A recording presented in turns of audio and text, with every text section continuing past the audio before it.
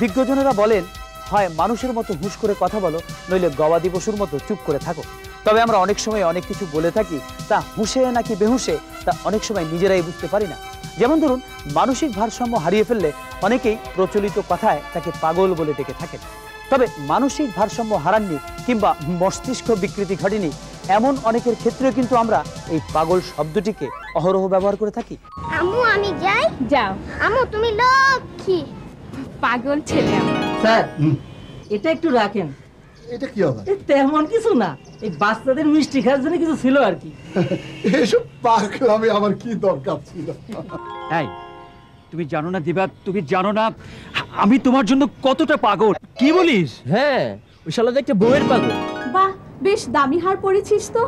আর বলিস না, ও আস্ত একটা পাগল। দোকানে গেলাম, বললাম বাহ হারটা বেশ সুন্দর তো, আর অমনি কিনে দিল। আচ্ছা চল। কি রেখেছেন এই সমস্ত? আপনি কি একটা পাগল নাকি বলুন তো? জি স্যার, কই না তো, আমি তো পাগল না। কেন স্যার, আমার মধ্যে পাগলের কোনো সিমটম দেখলেন নাকি স্যার? আরে ভাই, যা জানেন না বোঝেন না তা নিয়ে কখনো বাড়াবাড়ি করবেন না। যান, যত সব পাগল ছাগল। স্যার কিছু বলছিলেন? প্লিজ আপনি জান তো। না মানে বলছিলাম যে পাগল পর্যন্ত সহ্য করা যায়, কিন্তু ছাগলের আকৃতি এবং প্রকৃতির সঙ্গে আমার কোনো মিল নেই। এই ব্যাপারে স্যার আমি 100% শিওর। তবে কি স্যার আপনি পাগল হয়ে গেলেন?